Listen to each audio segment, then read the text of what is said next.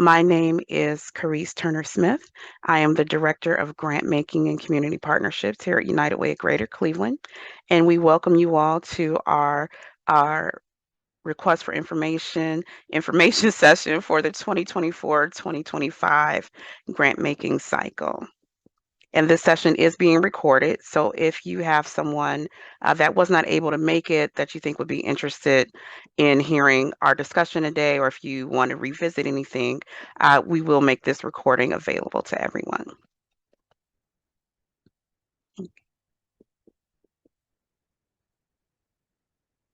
All right. All right, so just a quick view of our agenda today. We are going to begin with just a quick overview of United Way. I'm sure most of the people here, if you're on this call, you're familiar with us, but also just a chance for you to get to learn more about our community investments, overview our strategy, and then we'll talk more about our 2024-2025 grant making cycle. And then we will have time for questions and answers at the end of today's session. If you do want to put any questions in the chat, we'll be monitoring that as well. And again, we'll be answering those at the conclusion of today's session.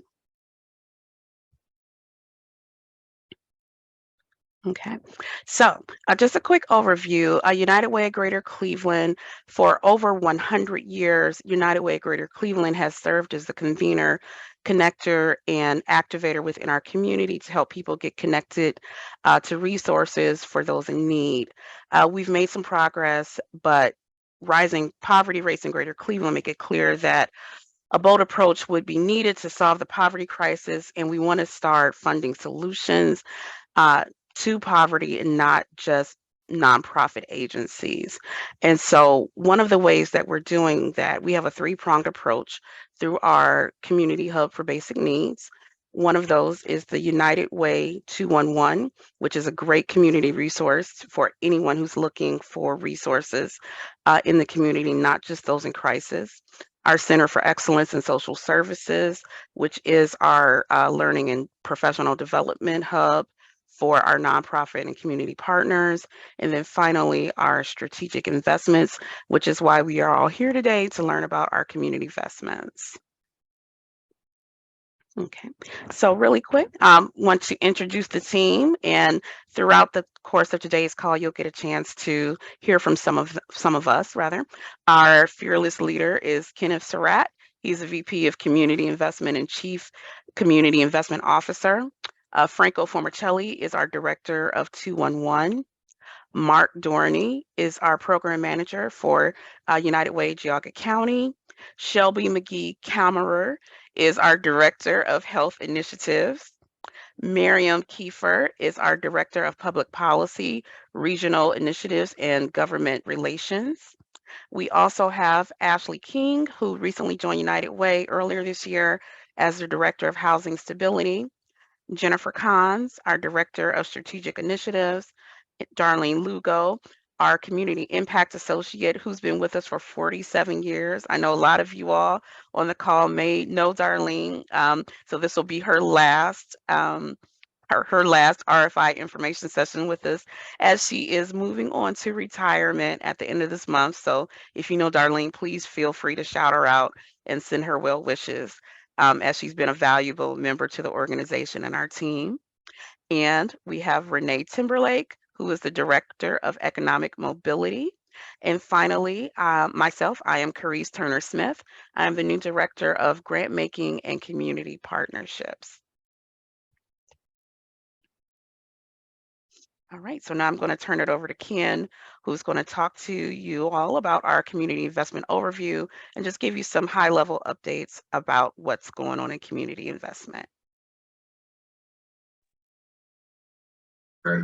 So good morning, everyone. I think Carice started off with this a little bit, but wanted to share a little bit. This is our second cycle of funding under what we call our pivot. And one of the things we recognize that for over 100 years, as Chris mentioned, we really were about helping people in crisis and meeting, immediate relief for basic needs. While we think that's great and it's necessary to do, what we realize in this new iteration of United Way is that we really want to help people get out of crisis mode. We want, and to do that, we need to help people get a certain level of wealth and power. And so, we're keeping the three pillars. We think that they're very much aligned still with this direction.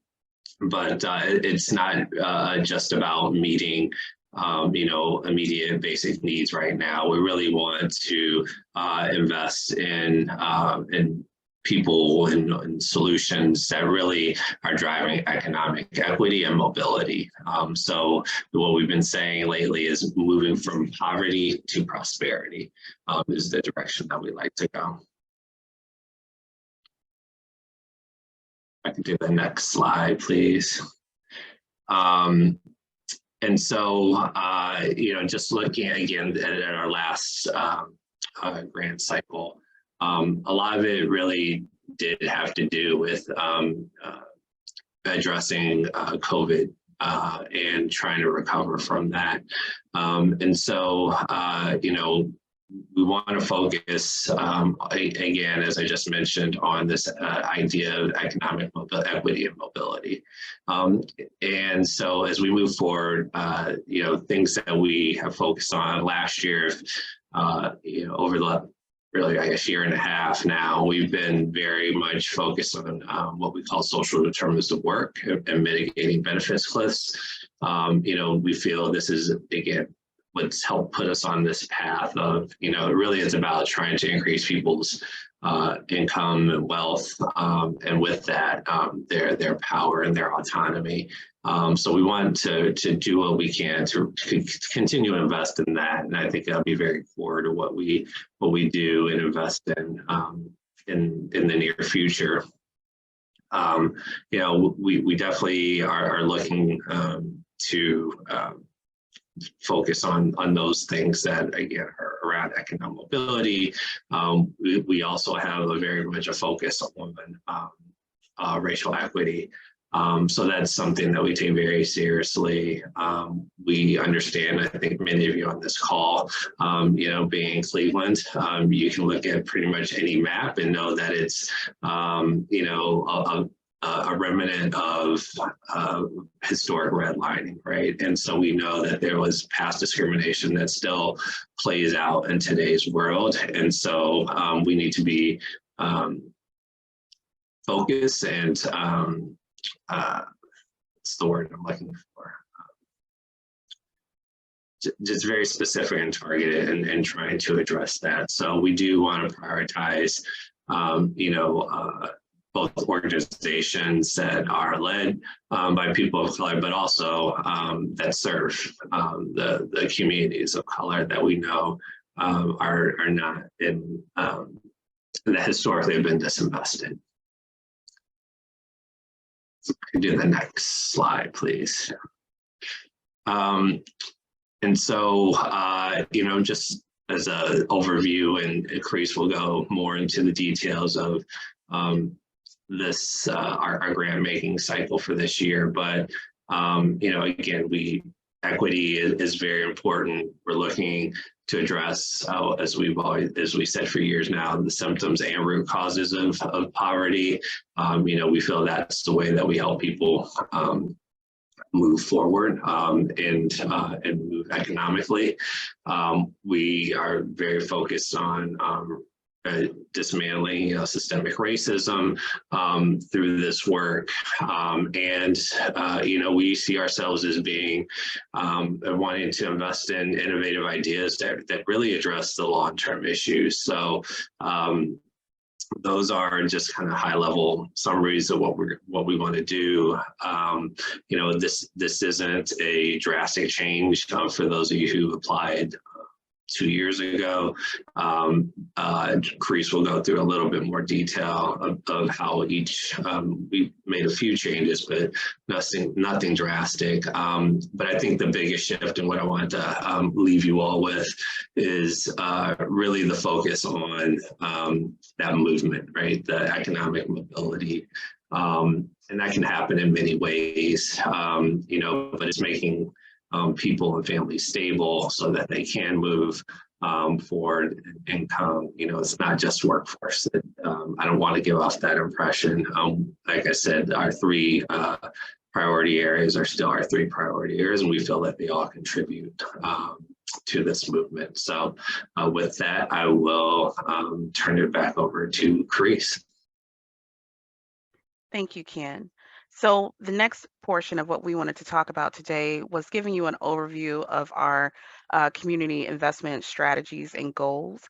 During this time, we will give a high-level look at what our strategy areas are and how those goals, how we're envisioning these goals being brought to fruition through the proposals that we hope to see from you all coming soon. Next slide. As Ken mentioned, we are confirming our 3 investment strategy areas.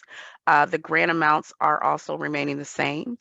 They are a minimum of $100,000 a year over 2 years, with a maximum of $250,000 a year over 2 years. I'm sorry, $250,000 a year for 2 years, for a maximum total of $500,000. So please be mindful of that as you are submitting your proposals. Those are the thresholds that we're looking for. And then again, as we talked about, what did we think this cycle needed to include? We really delved more into the movement of economic mobility. And so with that, 2 minor tweaks within our economic mobility investment strategy. We are updating the language to broaden the definitions of how we look at economic mobility, specifically around early childhood education, which is now early childhood development, and workforce development, which is now income pathways. Again, we think both of those really illustrate the movement that we're hoping to see within our community through the work that you all as our nonprofit partners, potential nonprofit partners, will do with this grant funding. So with that, I'm going to actually turn it over to Renee Timberlake, who's going to talk about economic mobility and share some of her perspective. Morning, everyone. So I'll tell you really quickly the projects that I'm working on right now, and then talk just a little bit about what has, within this sort of shift, what's become important to us as we're looking at how we're investing the money that people trust in us to invest in making change. So the first big thing, Ken's already mentioned, the Social Determinants of Work initiative is a really big project on my plate that I've really enjoyed working with, actually several people who are on this call with already. The 2 big components of that are happening right now are working on a community action plan that's going to guide the work of a working group or a coalition who will be actively sort of testing out and creating solutions around the 8 social determinants of work, which are all, if you're not familiar with that, you can look at our website and find out, but they're really addressing barriers to work. So things like transportation, childcare, healthcare, job flexibility, health, and a few other things I won't go into right now.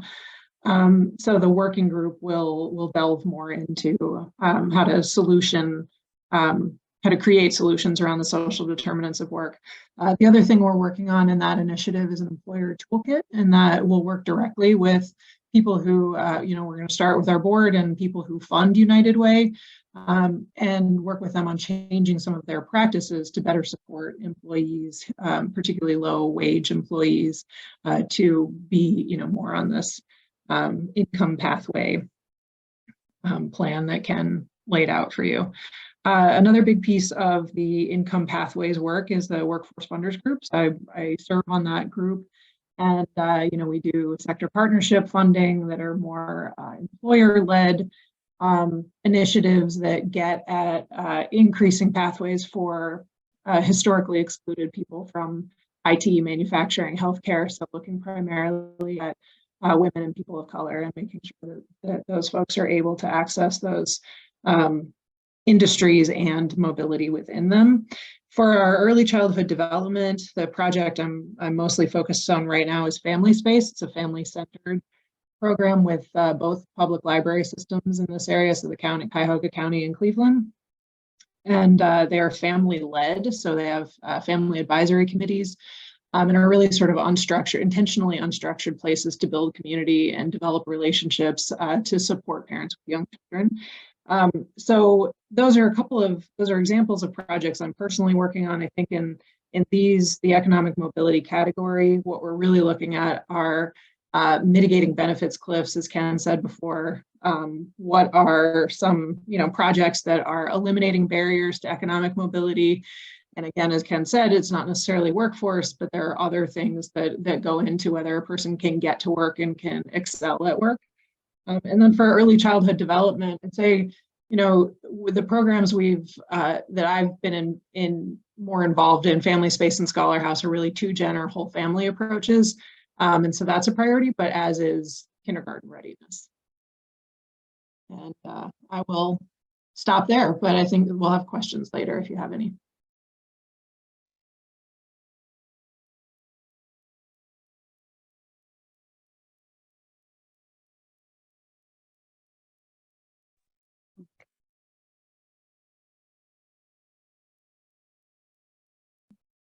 All right. And so within economic mobility, you will see that we did under early childhood development, we are really looking to expand the supports that we give to children as they begin their educational journeys, knowing that those first 5 years of life are some of the most important years of their life. And so with that, we've expanded our definition of how we want to approach that with an additional investment goal, where we are looking at a holistic approach for birthing parents and caregivers of children within their first 5 years. So we've looked at ways that we can be more supportive to include maternal and postpartum care for mothers, access to quality childcare, transportation, and stability support for childcare providers. So again, taking a bigger approach to how we support families through the early childhood development years. And again, with income pathways, as Renee and Ken have mentioned, we're looking at how we can expand our supports for the community within that. So, we lost. Okay, there we go. So we can address those social determinants of work and reduce and remove barriers that and or the benefits cliff relief that would promote movement along that income pathway so that we can help families go along that path to economic sustainability and resilience. Okay, go to the next one. All right, so now we have health pathways. And I will let our Shelby talk to you more about her area of focus within that. Thanks, Grace. I'm excited to be here with all of you this morning and excited to see your ideas around health pathways. Health pathways is a investment area in which we seek to, as we do with everything, address both the root causes and symptoms of poverty, because health can both lead to a more thriving life, and it can also be associated with the symptoms of poverty. So when I think about health, I think about it more as your neighborhood and less as your doctor. So thinking about the social determinants of health is why we've decided that through this cycle, we'll fund the same sorts of things that you've seen from us before, with the addition of a little bit more in healthy environments. So intergenerational populations nourished with food, clean and healthy environments, and social connections, along with expanded access to trauma-informed care for children, adolescents, and their families. There are a million things that could fit into health pathways work. And the reason that we've decided to focus on these issues are because they are so pervasive in the city of Cleveland, in Northeast Ohio. And also because we know that there are great partners doing incredible work that can really be scaled up in order to make true impact in these areas. I can talk a little bit more about other things that we are doing within Health Pathways now, which looks like a lot of work in the food space, both supporting emergency food and working on food systems, and then also thinking a lot about the ways that health interacts with the other areas of investment that we make here at United Way. So thinking about the overlap between health and housing, or the overlap between health and economic mobility. I'll leave it there, but I will look forward to any questions and all of your ideas as they come down. Thank you. All right. Thank you, Shelby. And next we will have Ashley King, who will talk to us about housing stability. Thank you. Good morning, everyone. Shelby, that was a perfect segue into housing stability. So for our investment strategy focus, it really is to ensure that individuals are on the pathway towards safe, stable, and healthy housing, and that, you know, they have the ability to access the basic needs. So for this grant-making cycle, there has been a little bit of an expansion of what our investment goals are. We are looking additionally for programming to provide improvement of home conditions, so, you know, home repair programs, things of that nature, but then also focusing on seniors aging in place, rental home buyer assistance, and then that is in relation to, you know, how the market is going and the numerous case studies and studies that have come out about housing conditions and housing markets and things of that nature. And then looking into some of the work that we're doing right now, you know, things along the lines of ensuring that people do have that access to healthy housing, stable housing, transitional housing, support if they are experiencing homelessness to try to mitigate a lot of the barriers of leading homelessness and things of that nature. So for us, the housing stability goal itself would be more towards ensuring that that pathway of that safe, stable, healthy housing is clear and concise, with programs that align and match with that investment strategy and goal. Thank you. Thank you, Ashley. Okay. All right. So now the part you all have been waiting for, our grant making process and timeline. For those of you all who may have submitted or were considered during our previous grant making cycle, this process is pretty much mirrors that. Could you go to the next slide, please? We do have a multi-step process. We are currently in phase 1, which is our request for ideas. This is where you give us a high-level overview of projects and proposals that you may be considering, that you want us to consider. We will evaluate those internally, and then phase 2, which will begin July 10th, that is where we will notify the organizations that have been invited to move forward through the full RFP, request for proposal process. During that time, we will have a more detailed application that will be completed by organizations which have been invited to move forward in the process. Following that process, we will begin the next phase of our grant making cycle, which involves more in-depth evaluation of the programs and proposals that we receive. We will notify finalist organizations. At that time, we will ask to do some site visits, get to know your organization a little bit more, familiarize ourselves with the programs, and just get a better understanding and of alignment between the proposals and our grant making priorities. And we expect that we will make funding announcements late November, early December of this year, with our funding cycle to begin in January of 2024. And just so you know, the RFI deadline is June 16th at 5 p.m. It is a short SurveyMonkey form that you would complete.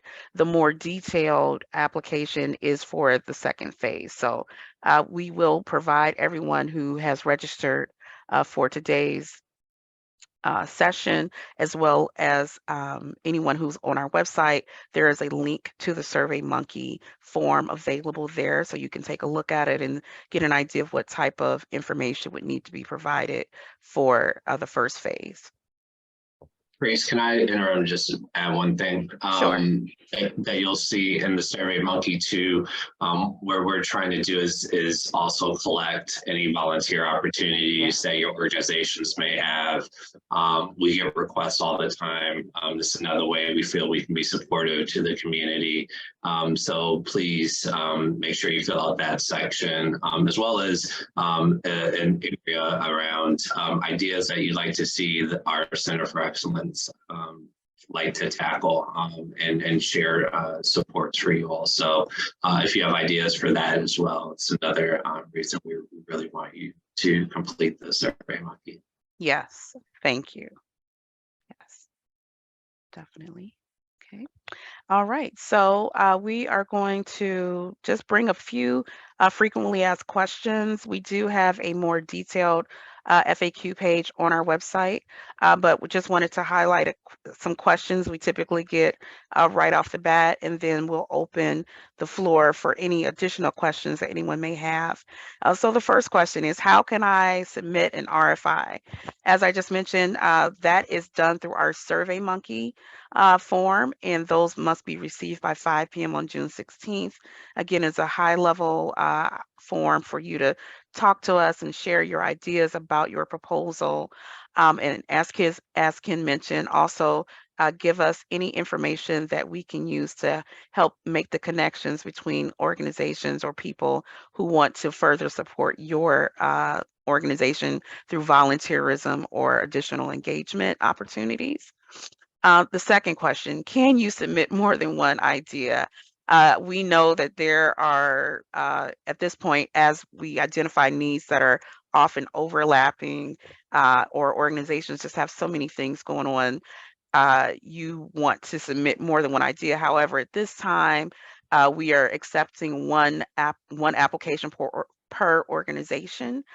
You can apply once in an investment strategy. However, we do have the opportunity for you to identify if your proposal addresses multiple investment strategy areas. So if you have that as a component of your proposal, we definitely want to see that, as we want to also be able to highlight organizations that are doing work that addresses multiple needs within the community. And the third question, if you have questions about the process or your proposed investment area, who should you contact? Again, our first stop would be the RFI FAQ page on our website. If you have technical questions about the RFI submission process, we are having a drop-in call on Monday, June 5th at 2 p.m. If you have high-level questions about your specific investment area, you can feel free to reach out to one of our strategic directors. However, they will not be able to answer any specific questions about your application or your proposal. But if you just want some clarity on some of the investment strategy areas, feel free to reach out to them. If you have questions about the RFI or RFP process, you can email me. My email address is ctsmith@unitedwaycleveland.org.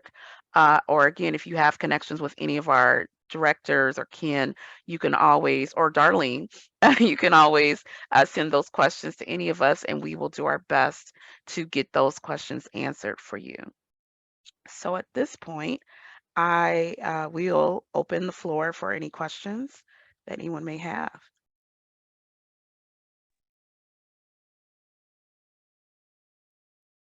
Good morning. Oh, Good morning. the SurveyMonkey, you will send another email with that in it, or I can, where yeah. did you get that from? Everyone that registered for this Zoom, I'll send a follow-up email to, but it's also available on our website. And so that it's available there. And also, if your executive director is on our distribution list, we've sent emails about the RFI process through our various distribution lists, but we can make sure that you get those links. Thank you. You're welcome. This is Laura Kleiman. Can I ask a question? Sure. Hi, Laura. Hi. I may be getting ahead of myself, but will you ultimately be looking in the application for matching dollars, a certain contribution, from the organization or collaborating organizations? Can you give us any direction or parameters there? Ken, do you want to take that one?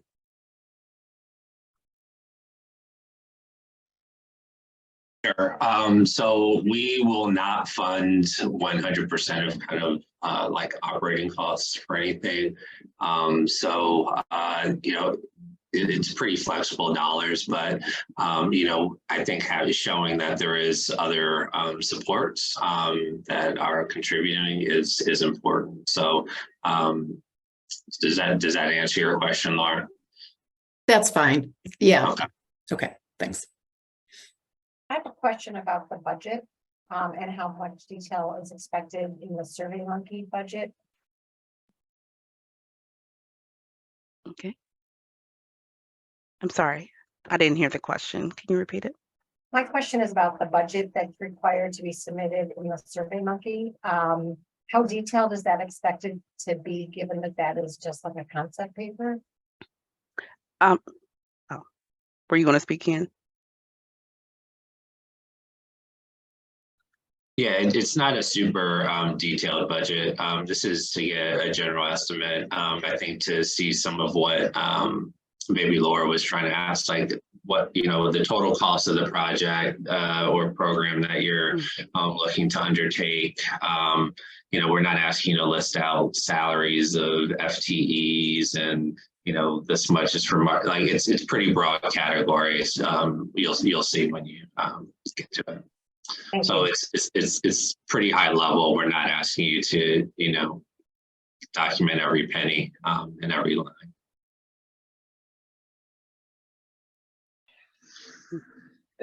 This is Carrie Miller. Hi. Are you looking primarily for new programs, new ideas, collaborations? Are those, I don't know if requirements is the right word, but I'll take a stab. I'd say ultimately it's around impact. So it could come in the form of a partnership. It could be something new, but things that are proven and to be successful and already exist is completely applicable. thank you. I have a quick question. My name is Molly DeBras. I'm with the Kidney Foundation of Ohio. Will you be considering disease-specific programs or organizations?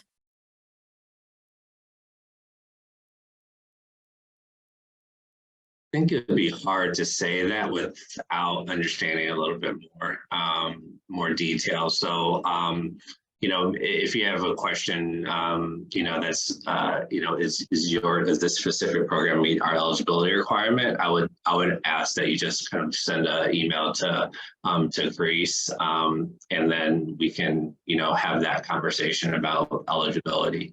We're not gonna, I will tell you, we won't go in and say, oh yeah, that's a great idea. We will tell you if it's eligible or kind of fits what our criteria is. Thank you. You're welcome. I wanted to follow up on the question about existing programs versus new programs.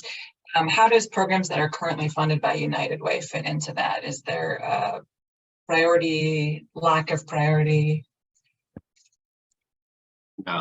There's no priorities given for our current grantees.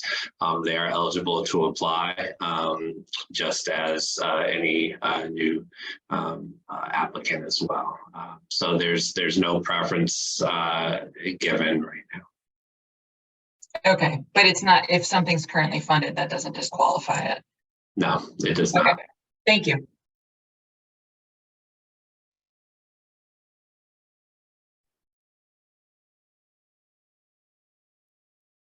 All right. I see a question in the chat asking, is there a PDF of the SurveyMonkey? If you email me, if you need the questions, I can make those available to you via a document.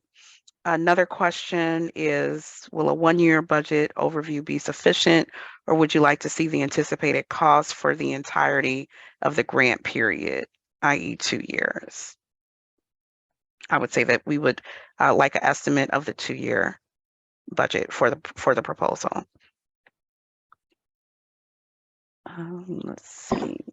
Carice, there's a question about programs for youth that are not 0 to 5, if those will be considered. Our targeted priority areas are the 0 to 5 for early childhood development. We encourage you to, if you have something that could align with that, we encourage you to look at the strategic focus areas and see if there would be something that would match with that. But those are our priority areas for this grant cycle. I will say, I think this is something around like that could focus on youth employment could be another potential opportunity as well. So just thinking about that income pathways piece of the economic mobility as well. Or if there's something related to health or probably not housing with youth, but it's fairly broad. Right. I see there's a question about, will there be a requirement for Centers for Excellence trainings over the course of the 2 years? Yes, that will be an ongoing component of our grant making cycle.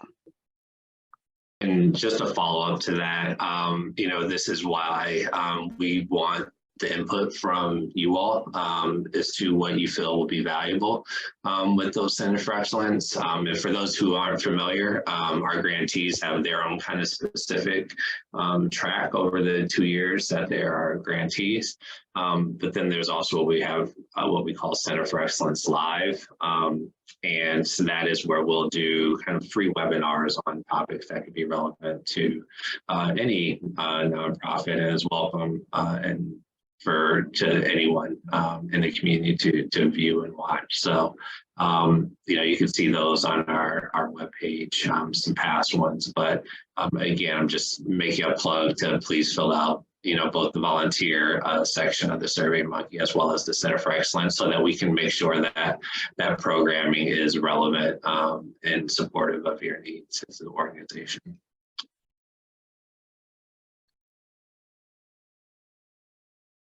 We have a few questions about the funding totals and amounts of grants.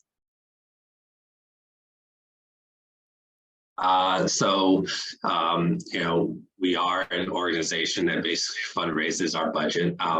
We've tried to get ahead of that. We expect to be funding in total around the same amount that we did in the last round, which is a little $2.2, $2.3 million a year. So we expect to be around the same ballpark.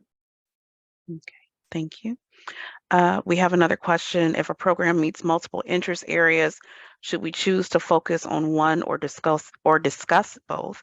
As we mentioned earlier, you must align with at least one of them, but what we have done is, and what we want to capture and be able to share as our stories of impact, is if you do have a program that meets multiple thrusts, please share that, but at least select one. You would be asked to identify at least one, and also know that on the reporting aspect of it, any of the areas that you identify that this program would meet, there are aligned goals with that. So be prepared to speak to that on the reporting end of the spectrum.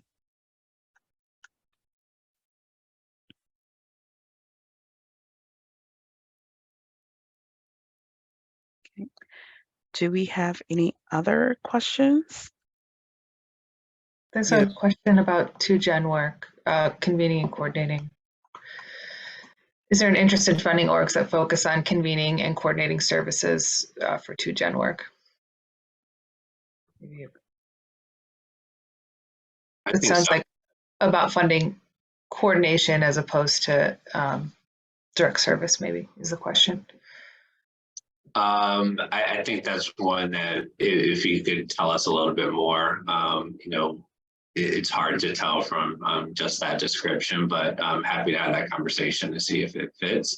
On its surface, things that work with 2Gen seemed to make sense. You know, working at kind of the economic mobility and potentially as well that early childhood development. So I'd love to hear more about it to have a little bit more of a definitive answer if it's would be something that would be eligible. Good morning. I have a question. How many grants are typically awarded for each one of those categories, or do you anticipate to award this year based on historical trend? Great question. So we've only done this process once before, and the way that it's broken down is that so again, we cover Geauga County. I don't want any Geauga people to think we're not thinking about them on this. We did 16 grants total last cycle. 12 were Cuyahoga-based agencies, 4 were in Geauga County. I'll say the majority of the money clearly was in Cuyahoga County, and they were generally larger dollars than the Geauga ones.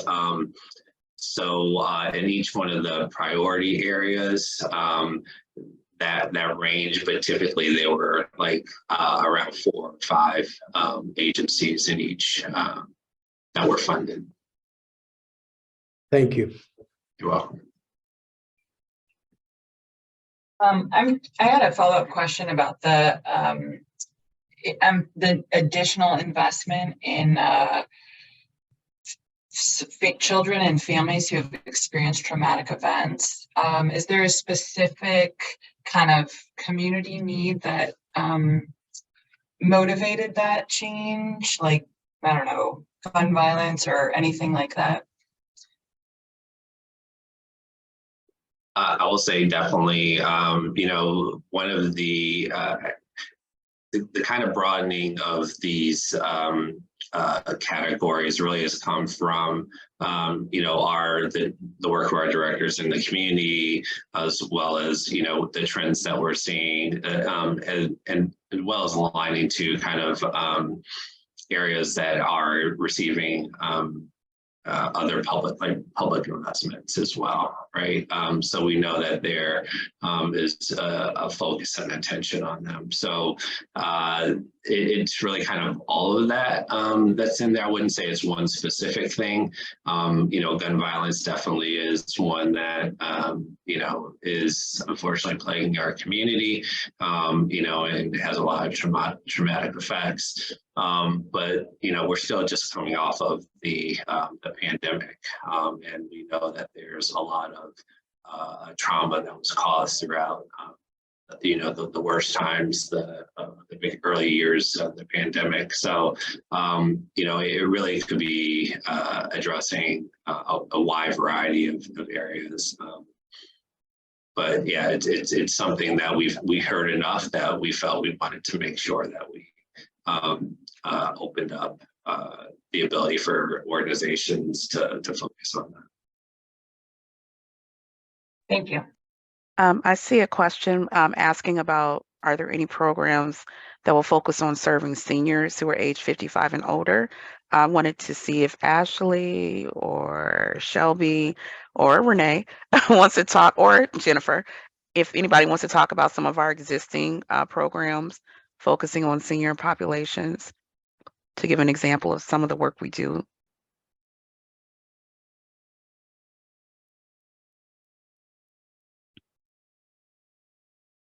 A brief example. So we fund the Thea Bowman Center as an example, and some of that work looks like working on closing the digital divide and doing training around how folks can access information about their health. So we know that when you go to the doctor these days, you do not just go home with a sheet of paper that describes everything you need to do. You probably need to log in to MyChart, or be able to follow up with your doctor using online tools. And so having a digital divide, both in access to the internet and also understanding of how to navigate those tools, was something that they identified as a need, especially for older adults. And so they work on closing that divide with training and access. So it's just one example of many.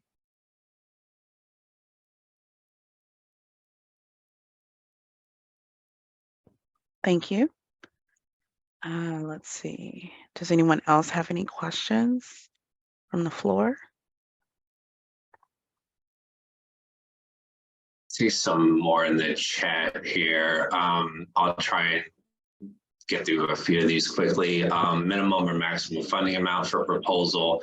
Minimum would be 100,000 a year. Again, we want these to be impactful grants, not just kind of general operating kind of grants. We really want to see the focus. So that's why we have I think a fairly high floor, but the ceiling would be $250,000 a year. What else here? How are funds distributed? So we do monthly payments. So we basically the annual award, and we basically pay monthly for to bring that grant down, that grant amount down monthly. Per unit client costs, no, we don't have that. You know, we're really focused more on the outputs, right? The outcomes. So if it's a program has a higher cost per unit, but it receives great outcomes, you know, I think that's fine. We don't give any particular guidance on that. Focus areas for income pathways or employment opportunities. Yeah, so I think wealth building opportunities could fit very much into that.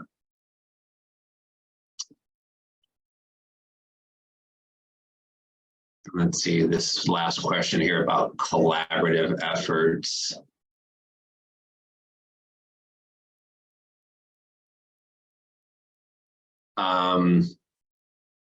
Great question. So we do have a collaborative in our Geauga County. It was one entity that applied on behalf of the collaborative.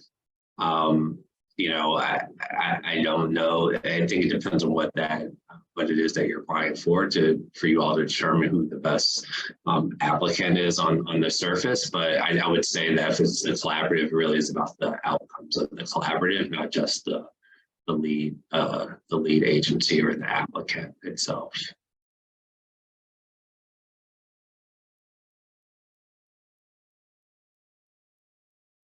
I think those are all the ones in the chat that I saw, but I'll pause to make sure that there aren't any more.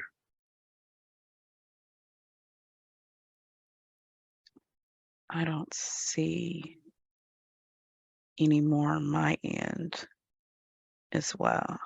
So again, if anyone thinks of any RFI specific questions, you can email me. My email address is ctsmith@unitedwaycleveland.org. And yes, the call on Monday, I will drop that in again. That's at 2 p.m. And that's a technical assistance drop-in call. So if you're having problems with the RFI submission itself, or if you do think of any other questions related to the submission process, again, this session is being recorded and we'll make that link available as well.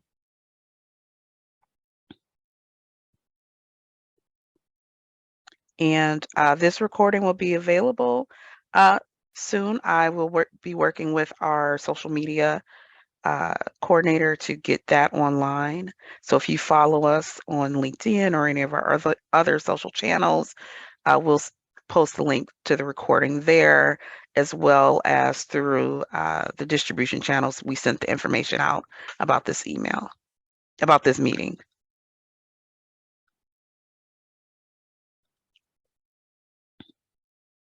Okay. Well, if there are no other questions, I think we can give you all a few minutes of your Friday morning back. We appreciate everyone coming and attending our information session. We look forward to hearing your ideas about making a community impact with us. And again, that that deadline for submission is Friday, June 16th at 5 p.m. via SurveyMonkey. Again, if you have any questions about the RFI process, please feel free to reach out to me.